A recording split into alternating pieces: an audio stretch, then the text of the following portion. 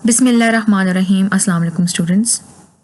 हम लोग सेल पढ़ रहे हैं और सेल के अंदर हम लोगों ने सेल की आउटर मोस्ट बाउंड्री से लेकर इनर जो ऑर्गेनेलीज हैं उनको स्टडी करना है। हम मेजर ऑर्गेनेलीज जो हैं कुछ स्टडी कर चुके हैं और कुछ जो हैं बहुत इंपॉर्टेंट ऑर्गेनेलीज वो अभी भी बाकी हैं, जिसमें माइटोकॉन्ड्रिया, प्लास्टिड्स एंड न्यूक्लियस शामिल है, जो कि इस लेक्चर में हम कवर अप करने की कोशिश करते हैं। सबसे पहले जी जो टॉपिक हम अभी पढ़ने वाले हैं that is about the mitochondria. Mitochondria का मतलब क्या है, माइटोकॉन्ड्रिया होते क्या हैं, कहाँ होते हैं, क्या करते हैं, क्यों इम्पॉर्टेंट है, ये सारी चीज़ें हम इसमें कवर करेंगे। माइटोकॉन्ड्रिया का मतलब होता है बेटे thread like structures, thread like spherical bodies. ठीक है, इनको आप माइक्रोस्कोप में देखेंगे तो आपको ये स्फेरिकल बॉडीज नुमा रॉड लाइक स्ट्रक्चर दिखाई देंगे और उसके अंदर आपको थ्रेड लाइक अपीयरेंस दिखाई देगी। वो इसकी स्ट्रक्चर के ऊपर दलालत करती है। थोड़ा सा आगे बढ़ते हैं और हम ये देखते हैं कि ये कहाँ मौजूद होते हैं। तो माइटोकॉन्ड्रियन आपके पास बेटे होते हैं यूकैरियोटिक सेल्स के अंदर, और आप लोग ये जानते हैं कि यूकैरियोटिक सेल्स कौन से सेल्स होते हैं, वो सेल्स जिनके अंदर prominent membrane bounded true nucleus मौजूद होता है और मेम्ब्रेन बाउंडेड ऑर्गेनेलीज मौजूद होते हैं। ऑब्वियसली माइटोकॉन्ड्रिया भी मेम्ब्रेन बाउंडेड है, तो इट मीन्स ये कहाँ प्रेजेंट होगा, यूकैरियोटिक सेल्स के अंदर।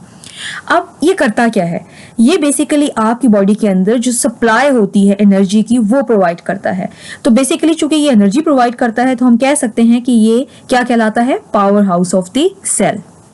अगर आप इसको माइक्रोस्कोप के नीचे देखें तो माइक्रोस्कोप डिफरेंट तरह की होती है, आपको पता है। ठीक है, तो कंपाउंड माइक्रोस्कोप के नीचे अगर आप देखेंगे तो आपको ये वेसिकल्स की शक्ल में, रॉड्स की शक्ल में या फिलामेंट की शक्ल में दिखाई देंगे। ठीक है, लेकिन अगर आप इसको इलेक्ट्रॉन माइक्रोस्कोप में देखेंगे तो इसकी मोर्फोलॉजी काफ़ी कॉम्प्लेक्स होगी। वो सिंपल रॉड और वेसिकल्स नहीं है, बल्कि उससे कहीं बहुत आगे की चीज़ है।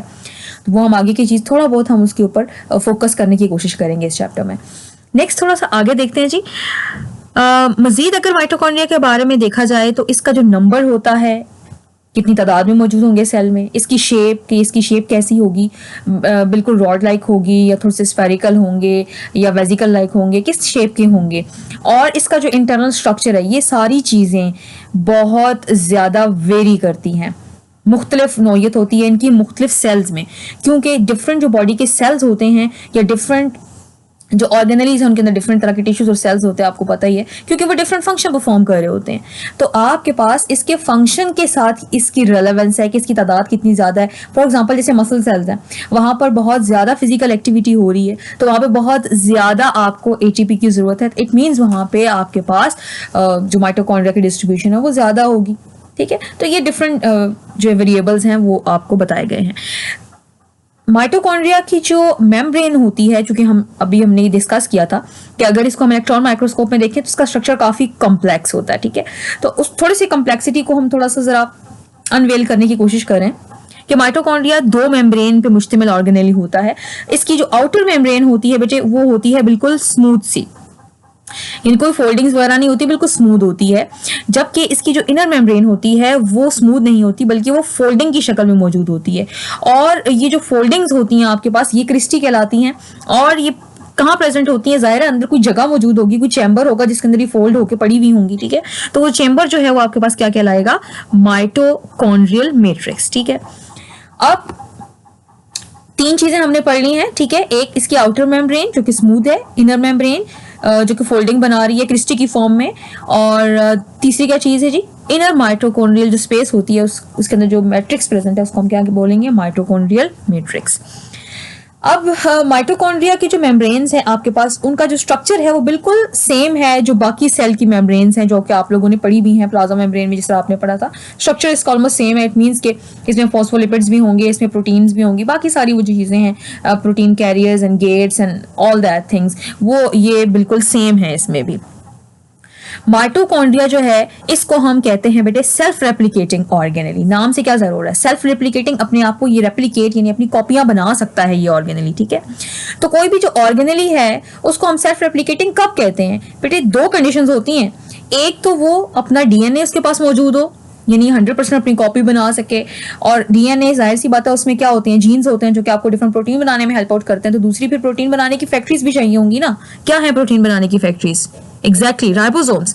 तो आपके पास इसको हम क्यों कहते हैं कि डीएनए और राइबोसोम्स जो हैं वो मौजूद हैं, तो फिर इसको क्यों कहते हैं कि ये सेल्फ रेप्लिकेटिंग है? Because it can form some of its proteins by its own self. ठीक है, इसका मतलब ये है सम प्रोटीन्स हैं, सारी प्रोटीन्स ये खुद नहीं बना सकता, बाकी प्रोटीन जाहिर सी बात है इसको सेल से लेनी पड़ेंगी, लेकिन काफी हद तक ये जो है ना खुद कफील है इस मामले में। That is why it is also known as self replicating organelle. अभी तक बेटे दो स्टेटमेंट्स जो है वो सॉलिड आप लोगों ने पढ़ ली हैं कि माइटोकॉन्ड्रिया का जहां पे वर्ड आएगा तो आपने क्या कहना है फौरन? Powerhouse of the cell. ठीक है, और दूसरी चीज इट्स सेल्फ रेप्लिकेटिंग। अच्छा, अब थोड़ा सा इसका स्ट्रक्चर को मजीद डिग आउट करते हैं तो हम देखेंगे इसके अंदर कि जो इनर माइटोकॉन्ड्रियल मेम्ब्रेन है जो कि मैट्रिक्स के अंदर पड़ी हुई थी, जो कि क्रिस्टी बना रही थी, उसके ऊपर आपको छोटे छोटे माचिस की तीलियों की तरह के, या जिस तरह के आपके पास हैंडल होता है दरवाजे का, उसकी तरह के आपको स्ट्रक्चर्स मिलेंगे, जैसे मशरूम लाइक स्ट्रक्चर होता है। ठीक है, ये भी हम आपको फिगर में दिखाएंगे भी। उनको हम क्या बोलते हैं? उनको हम बोलते हैं बेटे F1 पार्टिकल्स। ठीक है, F1 पार्टिकल्स जो है उसका रोल है आपके पास एटीपी सिंथेसिस के अंदर। इसके अलावा माइटोकॉन्ड्रियल मैट्रिक्स जो है उसके अंदर larger amount of the enzymes present हैं, कोएंजाइम्स प्रेजेंट हैं, ऑर्गेनिक एंड इनऑर्गेनिक सॉल्ट्स मौजूद हैं। अब देखें, जहां एंजाइम्स और कोएंजाइम्स आ गए और ये inorganic organic salts, it means कि वहां क्या हो रहा है? एग्जैक्टली वहां मेटाबॉलिज्म हो रहा है, क्योंकि you know that enzymes our metabolic catalyst, biological catalyst. तो वो क्या करेंगे? और आपको पता है कि माइटोकॉन्ड्रिया, आप लोग प्रीवियस क्लासेस में पढ़ के आए हो, माइटोकॉन्ड्रिया के अंदर एरोबिक रिस्पायरेशन हो रही होती है, क्रेब्स साइकिल वगैरह चल रहा होता है। तो तमाम उन प्रोसेस के अंदर ये एंजाइम्स और ये कोएंजाइम्स इसको हेल्प आउट कर रहे होंगे। जी, तो बेटे आपके पास मैट्रिक्स के अंदर बहुत सारे रिएक्शंस हो रहे हैं, जिसमें से इंपॉर्टेंट रिएक्शंस कौन से हैं? अभी हमने देखा है कि आपके पास क्या हो रहा था? क्रेब्स साइकिल हो रहा है इसके अंदर, और क्या है जी?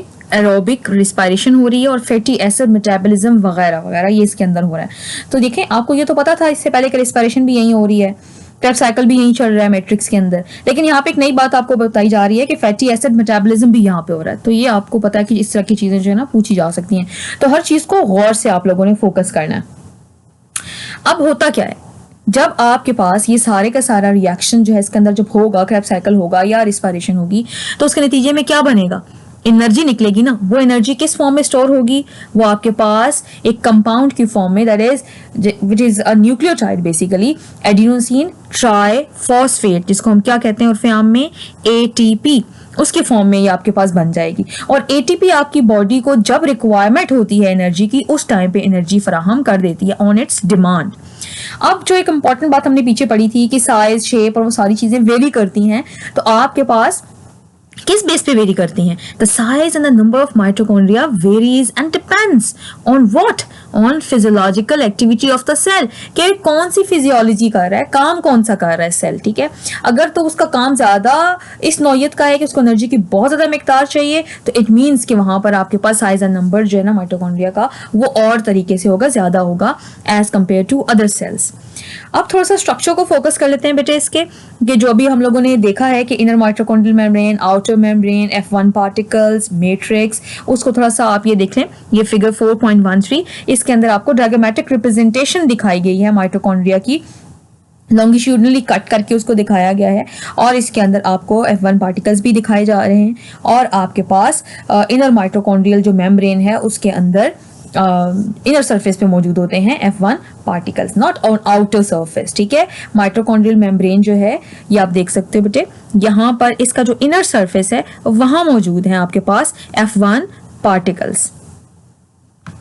ये आप देख सकते हैं, ये आपके पास F1 पार्टिकल है यहाँ पर। ठीक है, ये आपको F1 पार्टिकल दिखाई दे रहे हैं। ठीक है, ये भी F1 पार्टिकल है एक आपके पास, ऐसे आपके पास ये भी F1 पार्टिकल है, और ये भी F1 पार्टिकल है। तो आपको डिफरेंट जगह पे F1 पार्टिकल्स दिखाई दे रहे हैं। ये क्या चीज़ है? This is your inner mitochondrial membrane, जो कि फोल्डेड है क्रिस्टी की फॉर्म में। आप देख सकते हैं कि ये इसकी ये पूरी की पूरी फोल्डिंग की फॉर्म में आपको नजर आएगी, और ये चीज़ आपको यहाँ पर दिखाई दे रही है, ये आप देख सकते हैं इसको डिटेल के अंदर, यहाँ पे फोल्डिंग दिखाई दे रही है जगह जगह। और ये अंदर क्या है, इसमें ब्लू ब्लू कलर का और डिफरेंट डिफरेंट जगह पे ये क्या है, आपके पास राइबोसोम्स हैं, ये आपके पास राइबोसोम्स हैं, ठीक है। और इसके अंदर आपके पास डीएनए, ये सर्कुलर सा जो आपको दिखाई दे रहा है ये चीज़, इसके साथ ये डीएनए है। और आपके पास F1 पार्टिकल्स भी इनर सरफेस के ऊपर मौजूद हैं। और जो आपके पास आउटर मेम्ब्रेन है वो इसकी स्मूथ होती है। इनर और आउटर मेम्ब्रेन के दरमियान में आपके पास क्या चीज़ मौजूद होती है, इन दोनों के दरमियान में एक चैम्बर मौजूद होता है, उसका नाम क्या है जी, आपके पास आउटर कंपार्टमेंट। तो ये आपके पास स्ट्रक्चर है किसका, माइटोकॉन्ड्रिया का। तो बेसिकली माइटोकॉन्ड्रिया आपके पास क्या करते हैं, एनर्जी को निचोड़ते हैं, एक्सट्रैक्ट करते हैं। कहाँ से निचोड़ते हैं, कहाँ से एक्सट्रैक्ट करते हैं, जाहिर सी बात है आप लोग खाना खाते हैं, उससे आपको ताकत मिलती है, एनर्जी मिलती है। तो डिफरेंट जो कंपोनेंट्स होते हैं फूड के, उसको ये कन्वर्ट करते हैं इनटू एटीपी, एडिनोसिन ट्राइफॉस्फेट। अब सवाल ये पैदा होता है कौन कौन से कंपोनेंट्स होते हैं फूड के, आप लोग पढ़ चुके हैं, आप लोग कार्बोहाइड्रेट्स खाते हैं, प्रोटीन्स खाते हैं, लिपिड्स, ठीक है। तो ये सारे कंपोनेंट्स जो हैं इनको ये कन्वर्ट करता है in the form of ATP. That is why it is very crucial, very important for the cell. क्यों, क्योंकि एनर्जी आपको ये फराहम करता है और एनर्जी के बगैर तो कोई भी सेलुलर एक्टिविटी नहीं हो सकती, ठीक है। तो आपके पास जो एनर्जी है आपके पास, जो कि एडीपी से एटीपी में कन्वर्ट होने के बाद एटीपी के अंदर आती है, यानी कि बेसिकली फिर ये क्या करते हैं माइटोकॉन्ड्रिया कन्वर्ट करता है एडिनोसिन डाइफॉस्फेट को, एडिनोसिन ट्राइफॉस्फेट में, यानी ये ऐड करता है एक फॉस्फेट इसके अंदर। इसी वजह से आप माइटोकॉन्ड्रिया को क्या कहते हैं, it is called the powerhouse of the cell. ये जो बेटे आपको एनिमेशन दिखाई जा रही है, इस एनिमेशन के अंदर आप देख सकते हैं कि आपके पास मेम्ब्रेन के अंदर एटीपी सिंथेटेज एंजाइम आपको दिखाया जा रहा है। एटीपी सिंथेज एंजाइम जो है इसका काम क्या है, यहाँ पे आप देख सकते हो कि कुछ मॉलिक्यूल्स की तरफ आ रहे हैं और कुछ ये पर्पल की बन के जा रहे हैं, यानी कि एडिनोसिन डाइफॉस्फेट आ रहा है और एडिनोसिन ट्राइफॉस्फेट बन के चलता चला जा रहा है। तो that was all about the mitochondria. इसका एक छोटा सा रीकैप कर लेते हैं। आपकी बॉडी के अंदर डिफरेंट सेल्स हैं, यू नो दैट। सेल्स के अंदर डिफरेंट ऑर्गेनेलीज हैं, जैसे आपकी बॉडी के अंदर डिफरेंट ऑर्गन्स हैं, डिफरेंट फंक्शन परफॉर्म करते हैं, ऐसे ही सेल के अंदर डिफरेंट ऑर्गेनेलीज हैं जो डिफरेंट फंक्शन परफॉर्म करते हैं, जिसमें आप गोल्जी भी पढ़ चुके हैं, आप एंडोप्लाज्मिक रेटिकुलम भी पढ़ चुके हैं, ठीक है, आप सेंट्रियोल्स भी पढ़ चुके हैं, राइबोसोम्स भी पढ़ चुके हैं, लाइसोसोम्स भी पढ़ चुके हैं, पेरोक्सीसोम्स भी पढ़ चुके हैं, और आज इसी सिलसिले की अगली कड़ी जो है वो क्या हमने पढ़ी, माइटोकॉन्ड्रिया, ठीक है। तो आपके पास ये आपको सेल दिखाया गया है और सेल के अंदर नेक्स्ट आपको आगे माइटोकॉन्ड्रिया दिखाया गया है। माइटोकॉन्ड्रिया की थोड़ी सी हम स्ट्रक्चर को मजीद डिटेल में देख लेते हैं। यहाँ पर आप देख सकते हैं बेटे, यहाँ पर आपको इसकी डिटेल दिखाई जा रही है, इसको कट करके दिखाया जा रहा है। अब यहाँ पे देखिए आउटर मोस्ट आपको मेम्ब्रेन दिखाई गई है, यहाँ पर ये आप देख सकते हैं, ठीक है, ये स्मूथ है, ये आउटर मेम्ब्रेन हो गई। अब जो इनर मेम्ब्रेन है ये आप देख सकते हैं कि इनर मेम्ब्रेन जो है वो फोल्डेड है, और इन फोल्डिंग्स को हम क्या कह रहे हैं यहाँ पर, जी बिल्कुल, इन फोल्डिंग्स को हम क्रिस्टी कह रहे हैं। इसके अंदर क्या है, इसके अंदर आपके पास मैट्रिक्स है, ठीक है, ये आपको मैट्रिक्स दिखाई दे रहा है। मैट्रिक्स के अंदर क्या दिखाई दे रहा है, अब यहाँ पे आप देख सकते हैं बेटे, आपको ये रेड कलर का क्या दिखाई दे रहा है, दैट इज डीएनए, ठीक है, ये आपके पास डीएनए हो गया इसका। इसके अलावा आपको ये येलो कलर के जगह जगह दिखाई दे रहे हैं बॉलडोमा स्ट्रक्चर, दीज आर राइबोसोम्स। फिर आपके पास और क्या चीज मौजूद है, आप यहाँ पर देख सकते हैं कि इसके अंदर आपके पास डीएनए भी है और राइबोसोम्स भी हैं। इट मीन्स कि ये क्या है, सेल्फ रेप्लिकेटिंग ऑर्गेनेली। इनर और आउटर मेम्ब्रेन के दरमियान में एक स्पेस है जिसको हम क्या कहते हैं, इंटर मेम्ब्रेन स्पेस। अक्सर बच्चे कंफ्यूज हो जाते हैं, वो समझते हैं कि मैट्रिक्स प्रेजेंट है between outer membrane and inner membrane. ऐसा नहीं है, वहां उस स्पेस को क्या कहते हैं हम, इंटर मेम्ब्रेन स्पेस। मैट्रिक्स कहाँ मौजूद है, क्रिस्टी के अंदर, ठीक है, यानी इनर माइटोकॉन्ड्रियल स्पेस जो है उसके अंदर आपका मैट्रिक्स मौजूद है। यहाँ पर एक और पार्ट मिसिंग है जो कि मैं आपको नेक्स्ट फिगर में दिखा देती हूँ, जिसको हमने F1 पार्टिकल का नाम दिया और F1 पार्टिकल का रोल भी हमें पता चल गया।